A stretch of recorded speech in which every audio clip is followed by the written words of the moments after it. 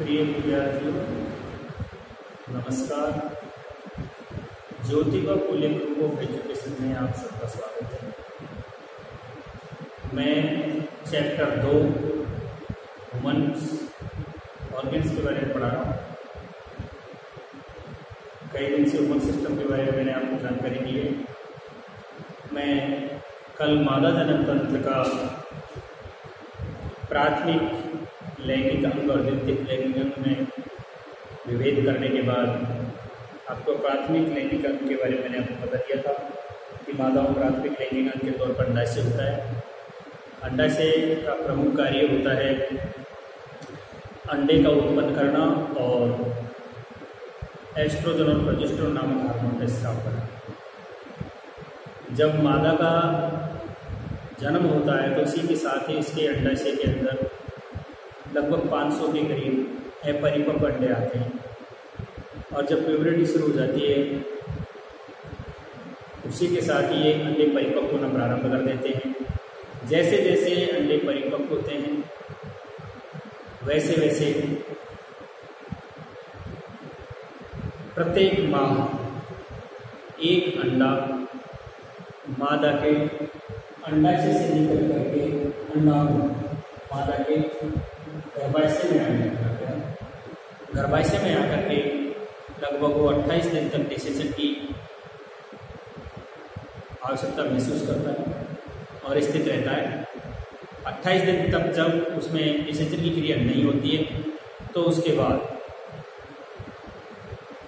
वह रक्त और मुकस के रूप में टूट करके शरीर से बाहर निकल जाता है। इसको हम मेंस्ट्रुएशन साइकिल चक्र या मासिक धर्म या रजो धर्म के नाम से जानते हैं। यहाँ तक की बात मैं आपको कल बता चुका था। अब मैं आपको आज द्वितीयक लैंगिक अंगों के बारे में बताऊंगा। जिस प्रकार नर में जनन क्रिया में सहयोग करने वाले अंग द्वितीयक लैंगिक अंग कहलाते हैं, उसी प्रकार स्त्रियों में भी प्राथमिक अंगों के अलावा जो अंग जनन क्रिया में सहयोग करते हैं उन्हें हम द्वितीयक लैंगिक अंग के नाम से जानते हैं। और मादाओं में द्वितीयक लैंगिक अंग के तौर पर अंडवाहिनी, गर्भाशय और योनि। आज मैं आपको अंडवाहिनी, गर्भाशय और योनि के बारे में जानकारी दूंगा और इसके बाद में प्रजनन की अवस्थाएं आदि आपको बताऊंगा। तो सबसे पहले आप नोट करेंगे, पूरा वीडियो देखेंगे, सब्सक्राइब करेंगे, लाइक करेंगे। देखिए, मैंने आपको कल प्राथमिक अंडाशय के बारे में मैंने आपको पढ़ा दिया था। ये मैं आपको कल पढ़ा चुका हूँ। इसको हम प्राथमिक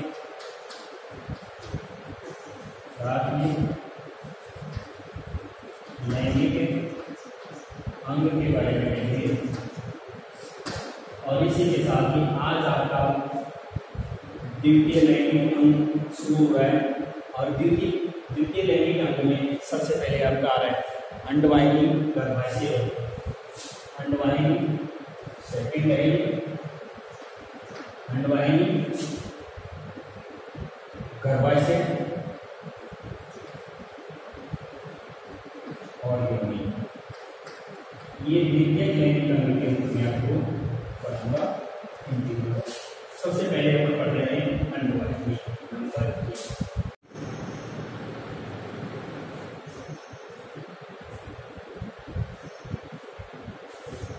देखिए, मैं आपको कल तक प्राथमिक जनन अंगों के बारे में बता चुका था।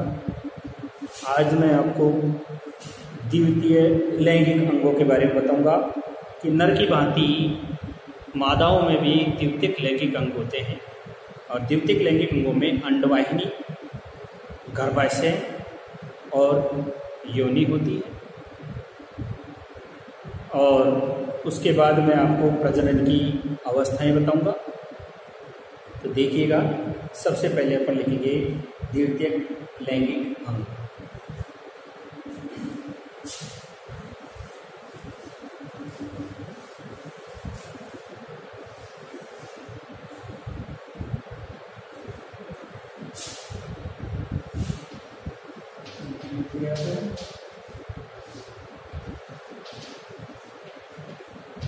मैं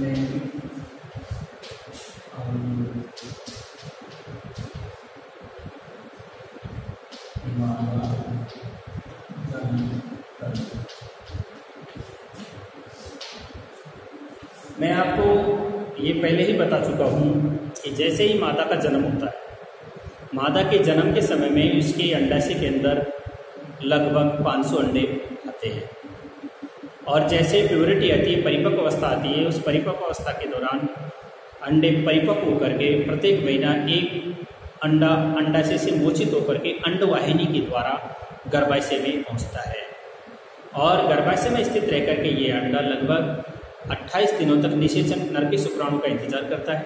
अगर निषेचन की क्रिया नहीं हो पाती है तो 28 दिन के पश्चात ये अंडा टूट करके रक्त और म्यूकस के रूप में योनि मार्ग के द्वारा बाहर निकल जाता है। इसे हम रजोधर्म या मासिक मेंस्ट्रुएशन साइकिल चक्र या मासिक धर्म के नाम से जानते हैं, जो 3 से और 7 दिन तक चलने वाली अवधि होती है इसकी। और मैं अब आपको मादा के द्वितीयक लैंगिक अंगों के बारे में बता रहा हूँ।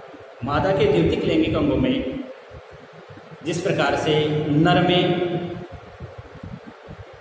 द्वितीयक लैंगिक अंग पाए जाते हैं, इसी प्रकार जनन में सहायता करने वाले प्राथमिक अंगों के अलावा जो भी जनन तंत्र में सहायता करते हैं उन्हें हम द्वितीयक लैंगिक अंग कहते हैं। और मनुष्य में द्वितीयक लैंगिक अंग है मादा के अंदर अंडवाहिनी, गर्भाशय और योनि। तो सबसे पहले मैं आपको अंडवाहिनी लिखूंगा।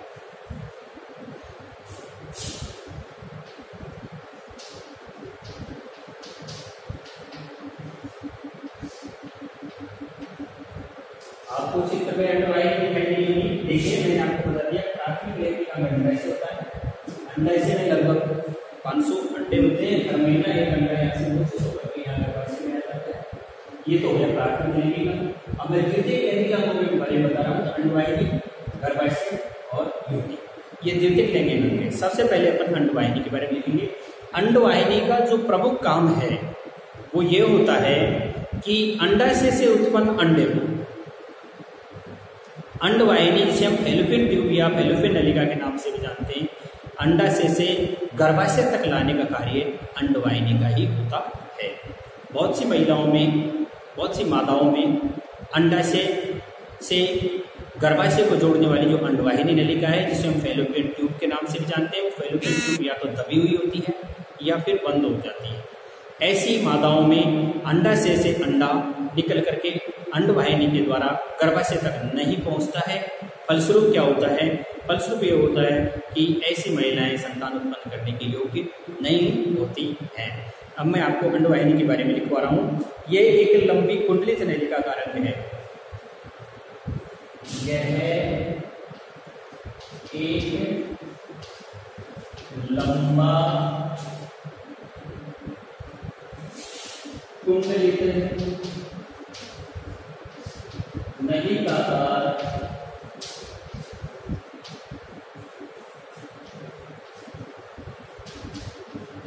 अंग है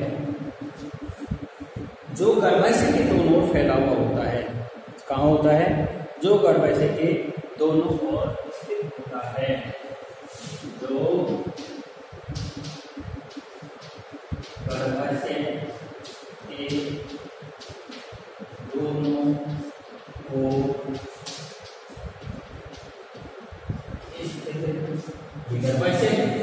गर्भाशय के दोनों अंडवाहिनियां उपस्थित है, तो दोनों ओर स्थित होता है। गर्भाशय के क्या होता है? दोनों ओर स्थित होता है। अंडवाहिनी की नलिका अंडाणु, अंडवाहिनी का प्रमुख कार्य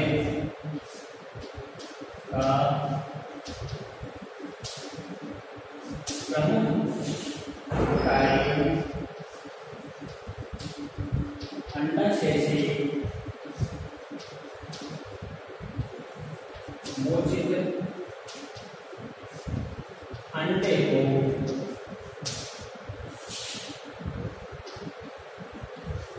गर्भाशय तक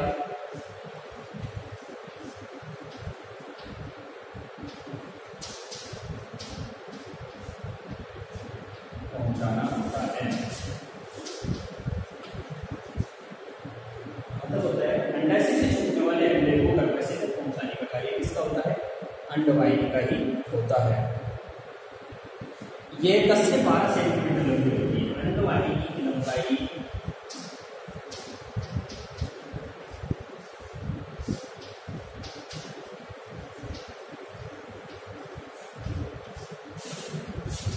10 से 12 सेंटीमीटर होती है। यहाँ से लेकर के यहाँ तक की लंबाई 10 से 12 सेंटीमीटर कितनी होती है? 10 से 12 सेंटीमीटर तक। यहाँ से यहाँ की लंबाई 10 से 12 सेंटीमीटर होती है। लगभग कितनी होती है? 10 से 12 सेंटीमीटर इसकी लंबाई होती है। यह उत्तर गोवा में पीछे तक फैली होती है। जो उत्तर गोवा में पीछे तक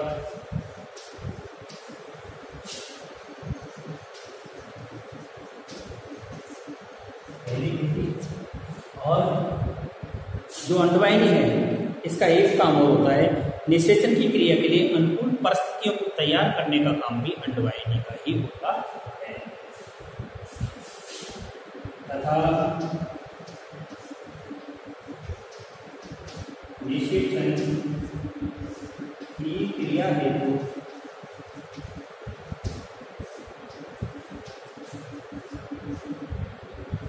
अनुकूलित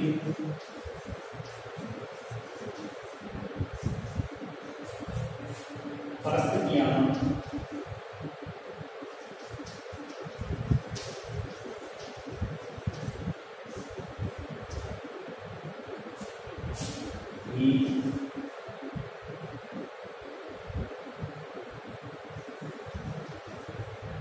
अंडवाहिनी द्वारा ही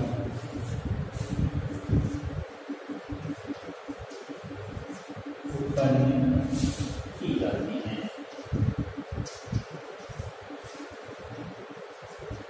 देखिए आपके सामने आ रहा है कि यह एक लंबा कुंडलित नलिका कारण है घुमा हुआ दोनों तरफ से, जो गर्भाशय के दोनों ओर स्थित है। अंडवाहिनी का जो प्रमुख कार्य है अंडाशय के द्वारा मोचित अंडे को गर्भाशय तक लाना होगा। अंडवाहिनी की लंबाई लगभग 10 से 12 सेंटीमीटर होती है, जो उदर गुहा में पीछे तक की उदर मानी पेट की गुहाखांच में पीछे तक स्थित फैली होती है। और निषेचन की क्रिया में जो अनुकूल परिस्थितियां होती हैं उन्हें भी अंडवाहिनी के द्वारा ही उत्पन्न किया जाता है। आपको कर चुके हैं, देख लीजिए। अब इसका दूसरा भाग आ रहा है गर्भाशय। गर्भाशय के बारे में मैं आपको बताऊं कि गर्भाशय ये एक थैलीनुमा संरचना है जो मलाशय और मूत्र की थैली के बीच में स्थित होता है। अंडाशय से जब अंडे को फैलोपियन नलिका के द्वारा गर्भाशय में पहुंचा दिया जाता है, वहां पर मैथुन क्रिया के समय में नर के द्वारा छोड़े गए जो शुक्राणु हैं वो गति करते हुए उस अंडे से जाकर के और निषेचन की क्रिया करते हैं, फर्टिलाइजेशन की क्रिया कर लेते हैं। फलस्वरूप जायगोट का निर्माण होता है, युग्मनज का निर्माण होता है, भ्रूण बढ़ जाता है और वो एक भ्रूण प्लेसेंटा द्वारा गर्भाशय की भित्ति में रोपित कर दिया जाता है। माता से जुड़ने के बाद वही भ्रूण परिवर्तित होता हुआ शिशु में परिवर्तित हो जाता है। 280 दिन के पश्चात जब प्रसव पीड़ा शुरू होती है, गर्भाशय की भित्तियों में क्रमाकुंचन होता है, प्लेसेंटा गर्भाशय की भित्ति से छूट जाती है, डिस्कनेक्ट हो जाती है प्लेसेंटा। तो माता शिशु के इस गर्भाशय से क्रमाकुंचन की गति से शिशु खिसकता हुआ योनि मार्ग से बाहर निकल जाता है। इसे हम प्रसव होना कहते हैं। तो दूसरा जो मुख्य है हमारा अंग द्वितीयक लैंगिक अंग में वो है गर्भाशय। आप लिखिए गर्भाशय।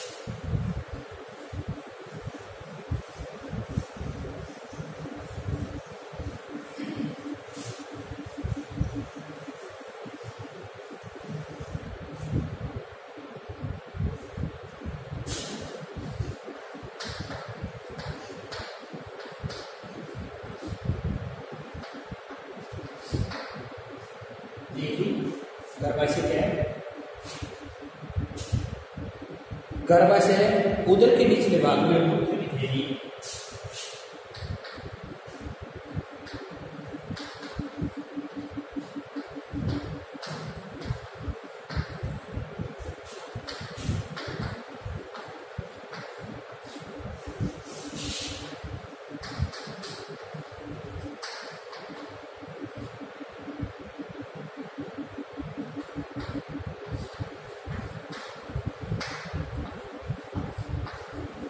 तथा महाशय के बीच में फैली हुई एक खोखली मांसल संरचना है। कैसी है? एक खोखली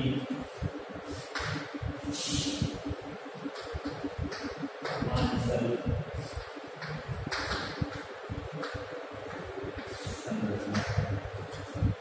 ऐसी संरचना है ये, एक खोखली मांसल संरचना है जो दोनों होगी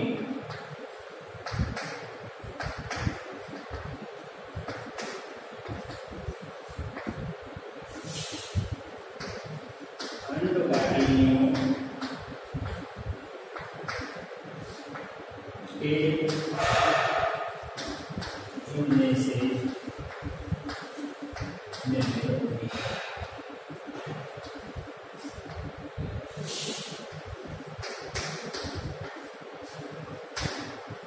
आपको चित्र में दिखाई दे रहा होगा इस ओर की अंडवाहिनी आकर के यहाँ और इस ओर की अंडवाहिनी आकर के यहाँ और यहाँ आकर के ये संरचना का निर्माण करती है। तो ऊपरी भाग में चौड़ा और नीचे के भाग में गर्भाशय सकड़ा होता है। गर्भाशय ऊपर की तरफ तो चौड़ा भाग और नीचे की तरफ सकड़ा भाग होती है। गर्भाशय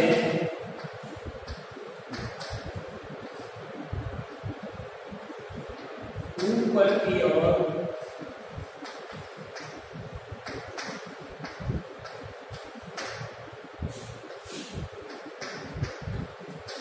चौड़ा तथा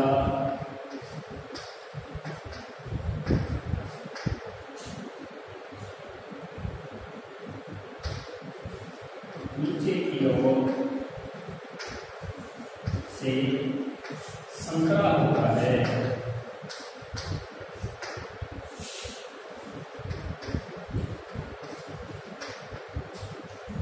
जो ग्रीवा द्वारा योनि में हो जाता है।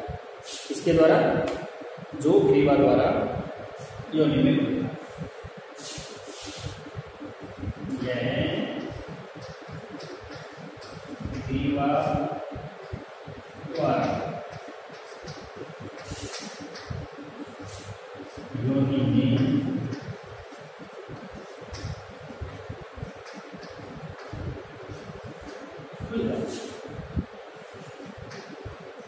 आपको दिखाई दे रहा होगा ये ग्रीवा है और ये योनि भाग है। ग्रीवा के द्वारा योनि मार्ग में खुलता है और क्या करता है ये गर्भाशय में शुक्राणु द्वारा निषेचित अंडा स्थापित हो और भ्रूण का विकास है।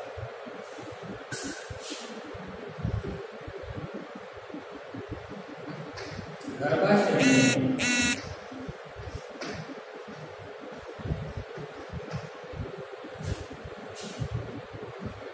निषेचन के पश्चात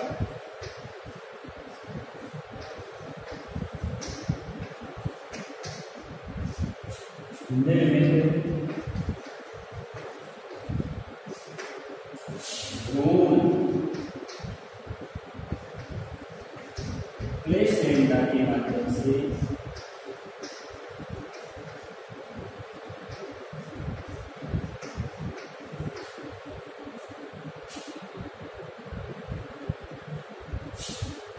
गर्भाशय भित्ति से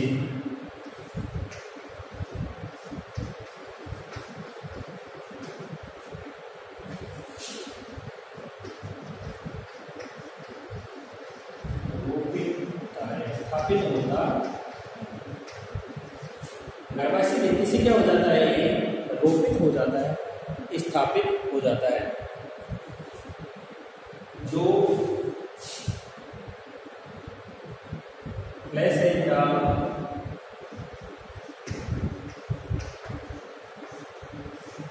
माता तथा भ्रूण को योजक करने का कार्य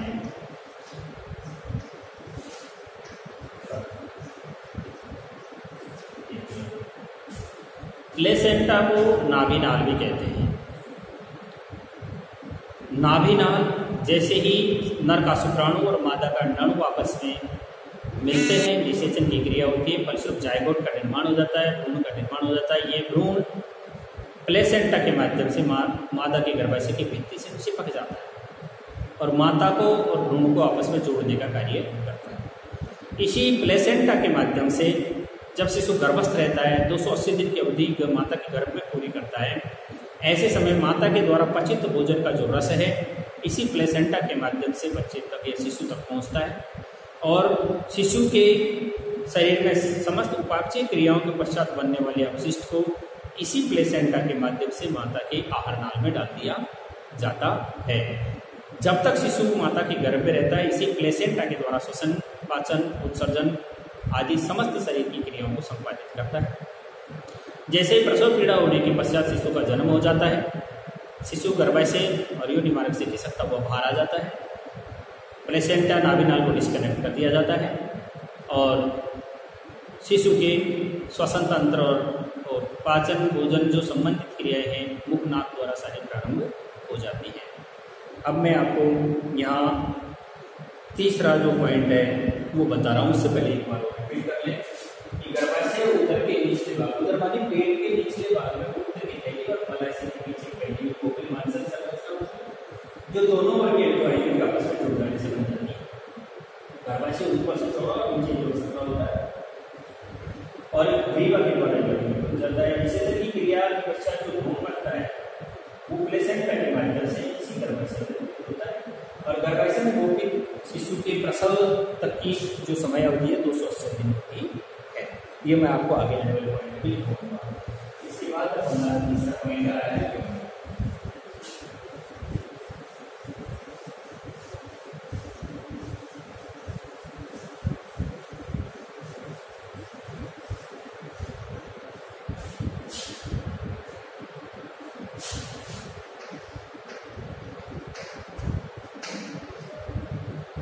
देखिए, इसे मादा का मैथुनांग भी कहते हैं। इसे मादा का मैथुन कक्ष के नाम से भी जाना जाता है। मैथुनांग है, ये नर जननांग को धारण करने का काम करता है। नर जननांग के द्वारा उत्सर्जित किए जाने वाले शुक्राणुओं को गर्भाशय में स्थित अंडे तक पहुंचाने के जो माध्यम या मार्ग बनता है वो योनि ही होता है।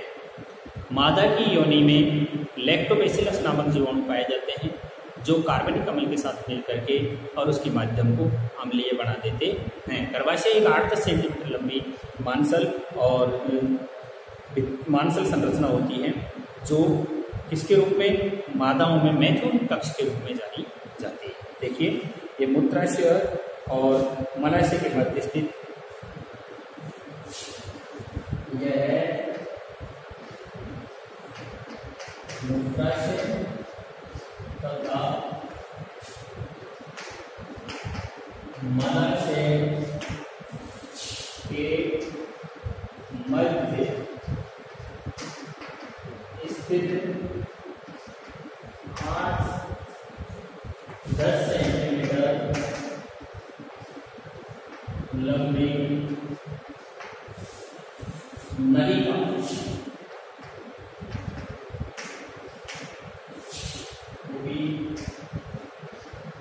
संरचना है जो मादाओं में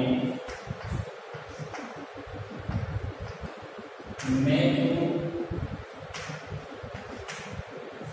कक्ष के रूप में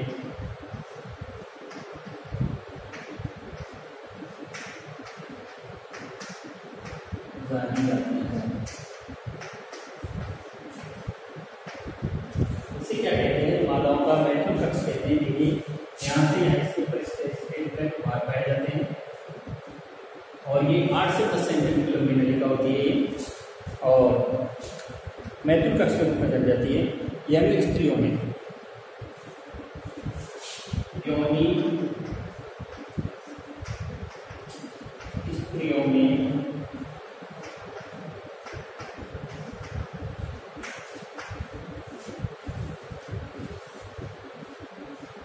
मासिक रक्तस्राव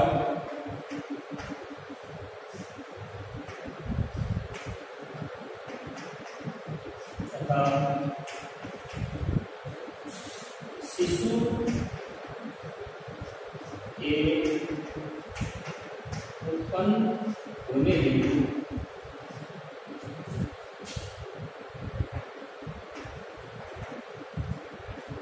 एक मार्ग का निर्माण भी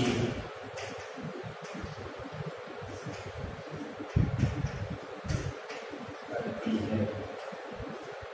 जैसा कि मैंने आपको पहले बताया है कि जब अंडाणु का निषेचन नहीं होता है तो 28 दिन की अवधि के पश्चात वो टूट जाता है, और टूटने के पश्चात म्यूकस और रक्त जो बाहर निकल करके आते हैं वो इसी योनि मार्ग के द्वारा यहाँ से निकल के बाहर निकलते हैं।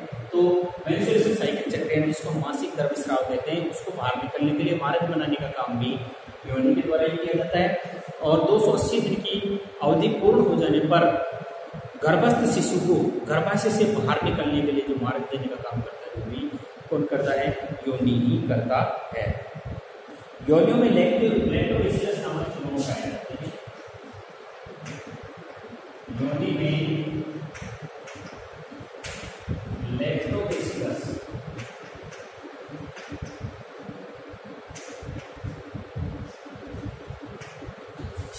नामक जीवाणु पाए जाते हैं जो कार्बनिक अम्ल के साथ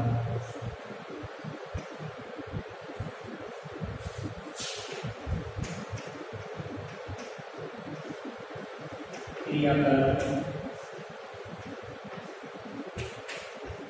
योनि के वातावरण को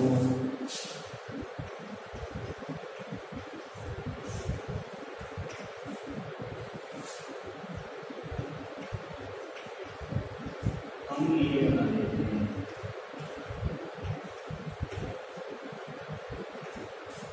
कैसा बना देते हैं? योनि के वातावरण को अम्लीय बना देते हैं। आपसे यहां प्रश्न किया जा सकता है कि योनि में कौन से जीवाणु पाए जाते हैं? तो लैक्टोबैसिलस जीवाणु पाए जाते हैं। योनि का माध्यम अम्लीय कैसे बनता है? तो लैक्टोबैसिलस जीवाणु और कार्बनिक लैक्टोबैसिलस नामक जीवाणु की तरफ कौन सा अम्ल उत्पन्न किया जाता है? तो लैक्टिक अम्ल उत्पन्न किया जाता है। लैक्टिक अम्ल और कार्बनिक अम्ल आपस में मिल करके और योनि के वातावरण को अम्लीय बना देते हैं। योनि में लैक्टोबैसिलस नामक जीवाणु पाए जाते हैं जो कार्बनिक अम्ल के साथ क्रिया करके योनि के वातावरण को अम्लीय बना देते हैं। आपसे प्रश्न किया जा सकता है लैक्टोबैसिलस नामक जीवाणु किस प्रकार का अम्ल उत्पन्न करते हैं? तो ध्यान दीजिए हम लैक्टोबैसिलस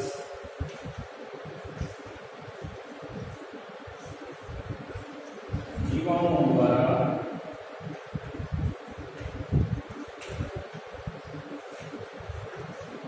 लैक्टिक अम्ल उत्पन्न किया जाता है।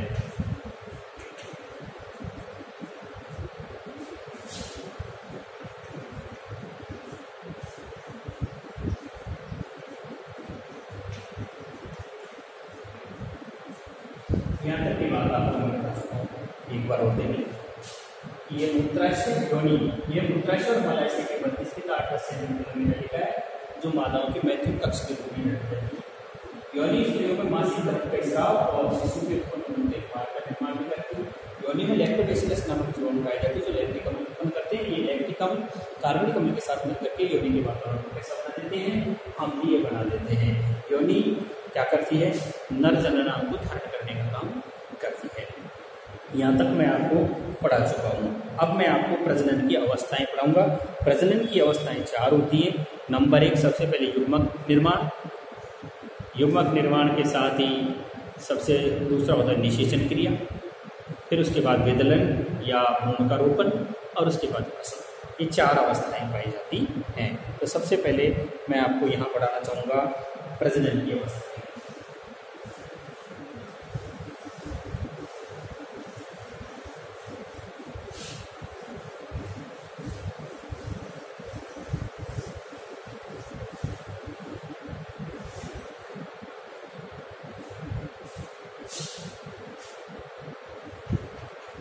प्रजनन की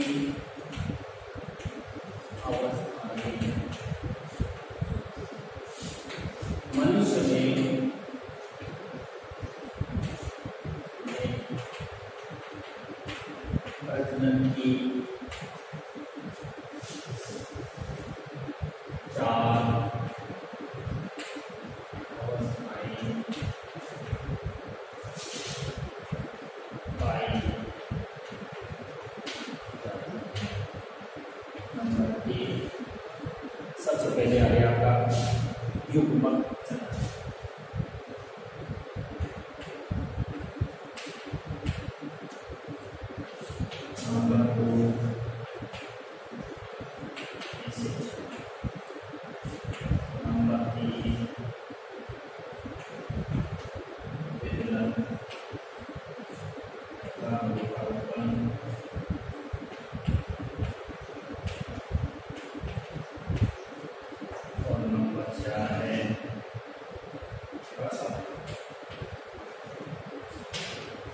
सबसे पहले मैं आपको युग्मक जनन बताता हूँ।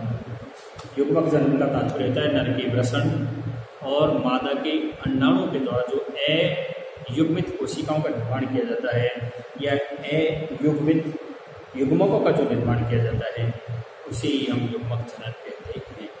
नर के शुक्राणु का और मादा के अंडाणु का आपस में जुड़ जाना ही निषेचन कहलाता है। निषेचन के पश्चात बनने वाला जायगोट या भ्रूण कहलाता है, जो प्लेसेंटा के माध्यम से गर्भाशय की भित्ति में रोपित हो जाता है या स्थापित हो जाता है और माता के द्वारा पचित भोजन का रस प्राप्त करके और परिवर्तित होता हुआ शिशु में परिवर्तित हो जाता है। जैसे ही गर्भावस्था 280 दिन पूरी कर ली जाती है, गर्भाशय की भित्ति से प्लेसेंटा डिस्कनेक्ट हो जाती है और प्रसव पीड़ा शुरू हो जाती है। उसी प्रसव के दौरान शिशु मादा के गर्भाशय से योनि मार्ग में से खिसकता हुआ शरीर से बाहर आ जाता है और ये क्रिया प्रसव कहलाती है। तो सबसे पहले मैं आपको युग्मक जनन और उसकी परिभाषा बताता हूँ।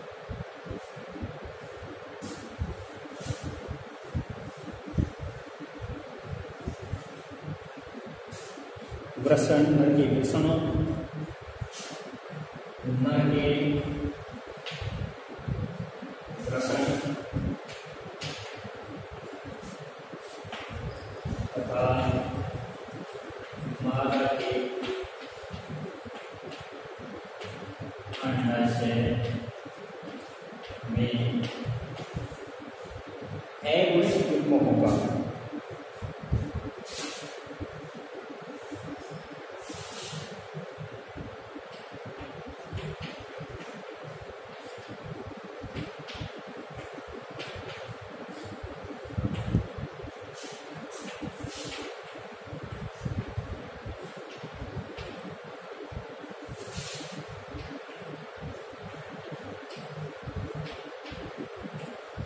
युग्मक जनन कहलाता है।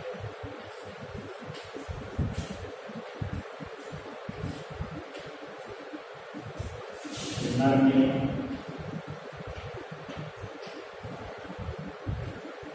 शुक्राणुओं के बनने को शुक्रजनन कहते हैं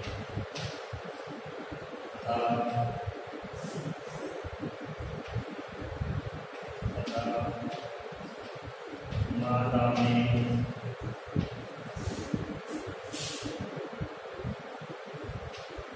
अंडे के बनने को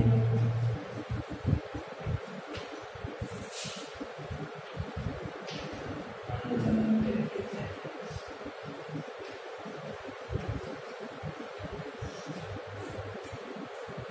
मनुष्य को जनन की चार अवस्थाएं पाई जाती हैं। युग्मक जनन नर के वृषण और मादा के अंडाशय में अगुणित युग्मकों के निर्माण की हुई युग्मक जनन कहलाती है। नर के शुक्राणु के बनने को शुक्रजनन और मादा के अंडे के बनने को क्या कहते हैं? अंडजनन कहते हैं। अब उसके बाद आपका आ गया निषेचन। निषेचन का मतलब मैं आपको बता चुका हूँ।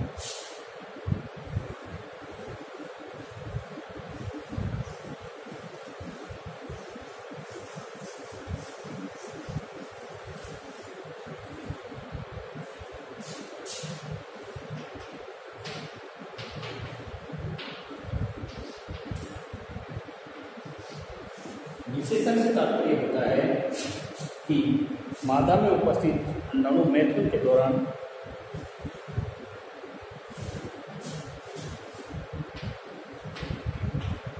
मैथुन क्रिया के दौरान नर के द्वारा छोड़े गए शुक्राणु का मादा के गर्भाशय में स्थित अंडाणु से जुड़ना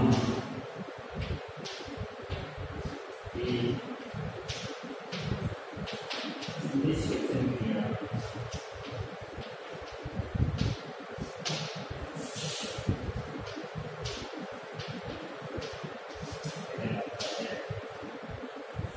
मैथुन क्रिया के दौरान मादा के अंडाणु नर के शुक्राणु का आपस में क्या जाना, संपर्क में जाना और निषेचन कहलाता है, जिसके फलस्वरूप युग्मनज का निर्माण होता है, जिसके परिणाम स्वरूप युग्मनज का निर्माण होता है।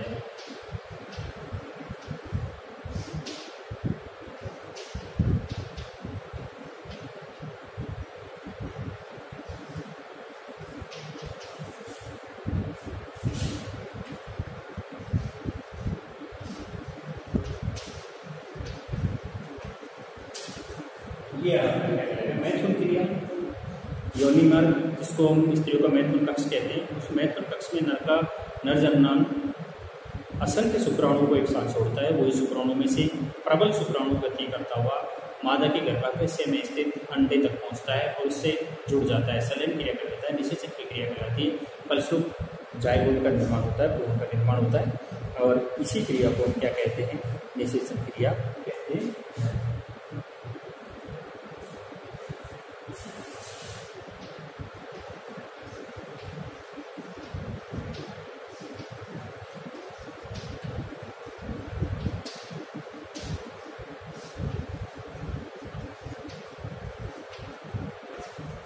अब इसके पश्चात आपका नेक्स्ट पॉइंट आ रहा है विदलन या भ्रूण का रोपण।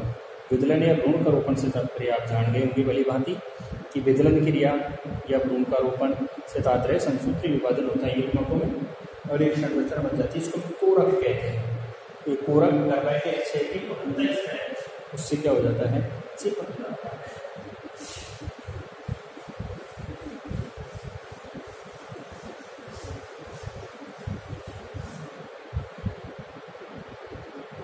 तीसरी अवस्था में हम लिखेंगे क्या नाम से, विदलन तथा भ्रूण का रोपण।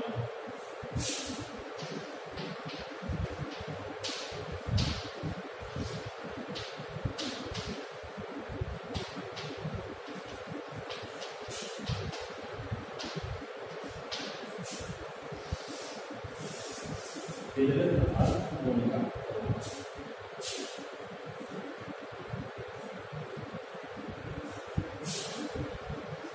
युग्मकों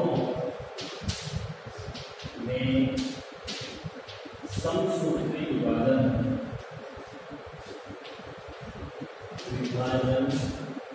होकर एक संरचना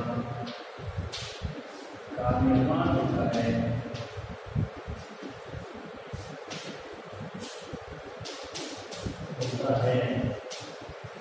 जिसे कोरक कहते हैं। क्या कहते हैं, समसूत्री विभाजन का मतलब होता है पुत्री कोशिका में मातृ कोशिका के समान गुणसूत्रों की संख्या का होना ही समसूत्री विभाजन कहलाता है। कोरक गर्भाशय के अंत स्तर में यह है कोरक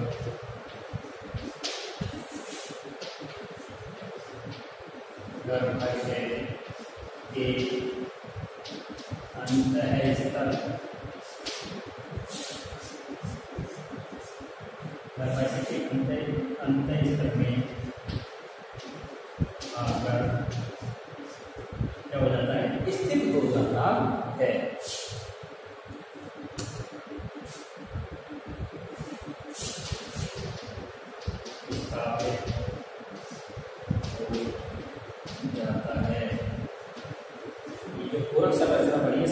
विभाजन के फलस्वरूप ये गर्भाशय में आकर विस्थापित हो जाता है। यह प्रक्रिया भ्रूण का रोपण कहलाती है। इस प्रक्रिया को जायगोट का रोपण कहते हैं।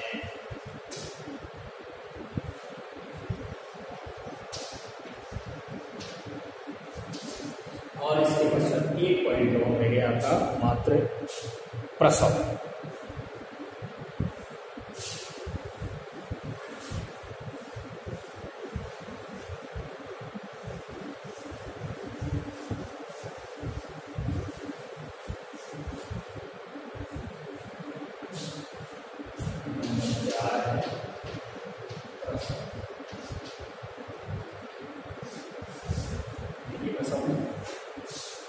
भ्रूण रोपण के पश्चात भ्रूणीय विकास की विभिन्न अवस्थाओं से गुजरता है।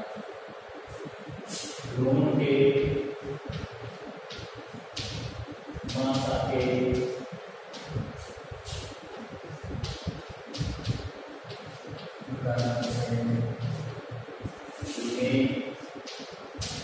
रोपित होने के पश्चात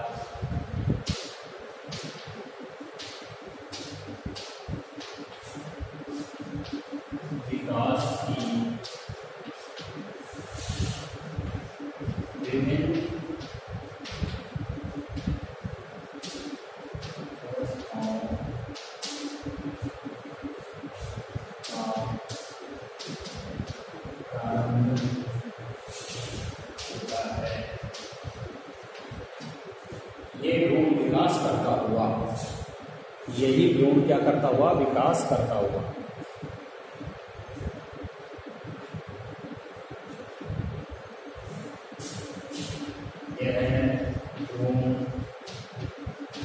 लगभग 280 दिन की समयावस्था को प्राप्त करके पूर्ण शिशु में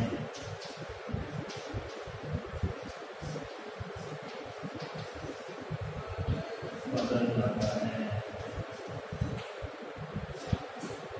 और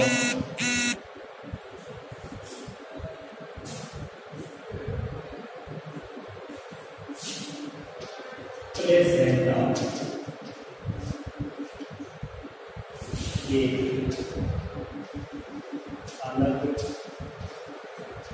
हटते ही प्रसव क्रिया से क्रमाकुंचन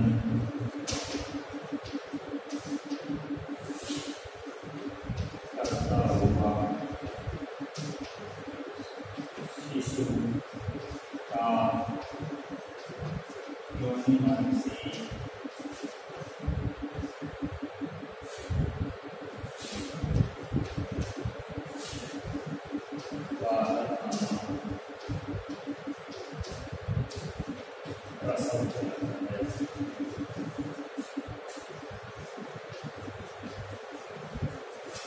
इस प्रकार से प्रसव होता है, जो मैं आपको पहले भी बता चुका हूँ। अब आपके सामने तंत्रिका एवं अंतःस्रावी तंत्र मैं आपको कल पढ़ाऊंगा। आज के लिए इतना ही। धन्यवाद।